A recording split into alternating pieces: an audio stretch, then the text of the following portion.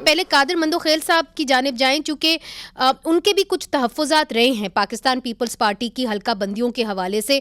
जो आज एक मुतालबा किया गया बार से, सुप्रीम कोर्ट बार से, पाकिस्तान बार काउंसिल से, कादिर मंदोखेल साहब आप खुद एक वकील हैं, क्या इलेक्शन कमिश्नर को मुस्ताफ़ी हो जाना चाहिए?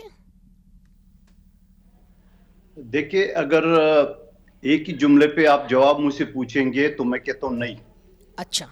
उसकी वजह यह है कि मैं उस कमेटी का हिस्सा था पार्लियामानी अफेयर्स का, जहां हमने डिस्ट्रिक्ट की बाउंड्री खत्म कर दिया।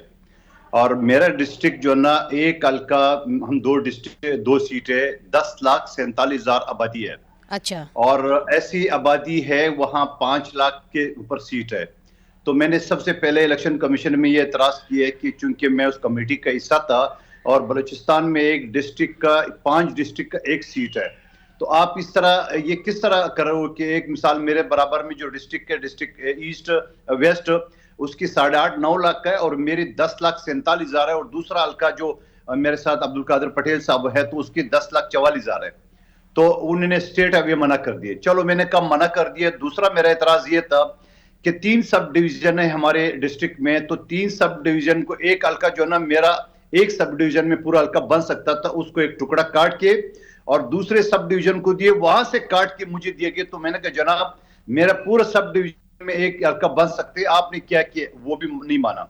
अब सवाल ये, 2018 में जो हल्का बंदी हुई थी वो 2022 में मुकम्मल चेंज कर दी है, जबकि बीच में कोई इलेक्शन नहीं हुआ है।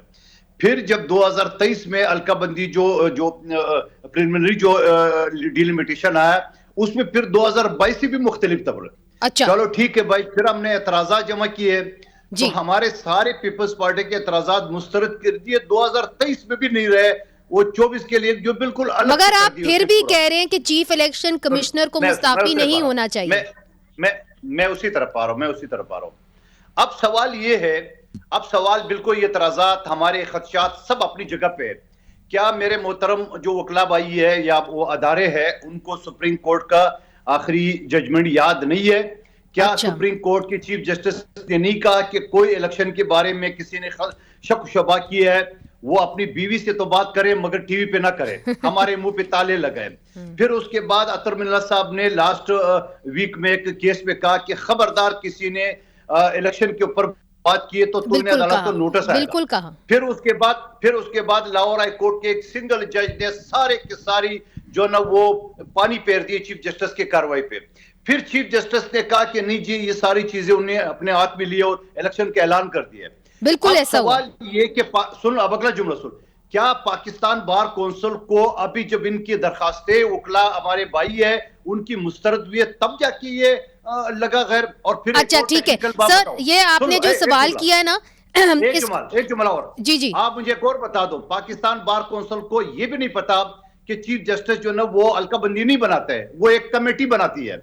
आप मुझे बताओ, उस वक्त आप खामोश थे, उसके बाद खामोश थे, आज आखिरी सुप्रीम कोर्ट में आपकी दरखास्तें मुस्तरद हो गई है, तो इलेक्शन फेयर आपको नजर नहीं है? और खुदा का वास्ता, आप कुछ तो ख्याल रखो आप। और फिर आप इलेक्शन की इल्तवा कई वो क्या न्याजी को जो नोटिस हुआ था, क्या आप उसी तरह का चाह रहे हो इलेक्शन करके? और फिर चीफ इलेक्शन कमिश्नर का ये काम ही नहीं है जिसको आप करें। तो मैं ये समझ रहा हूं कि आम आदमी तो ये बात समझ सकते नहीं समझते, मगर वकील लोग सब समझते कि इसके पीछे क्या कहानी है। नहीं, क्या कहानी है?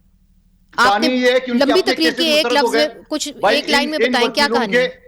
इन वकीलों के अपने केस मुस्तरद हो गए, तो पूरा का पूरा इलेक्शन जो है सिस्टम को उनको फेयर नजर है। ये कौन सा तरीका है? अब मेरा ख्याल है कि आप दोनों जो हैं उन्होंने काफी तोपे इनकी तरफ कर दी है। आप ये कहते हैं सुप्रीम कोर्ट से जब आपके एतराजात आपकी, अच्छा कादिर साहब, अब इनको मौका देते हैं। इल्जाम आपने चीफ इलेक्शन कमिश्नर पे लगा आपकी दिया। बात देखें आ गई है ना,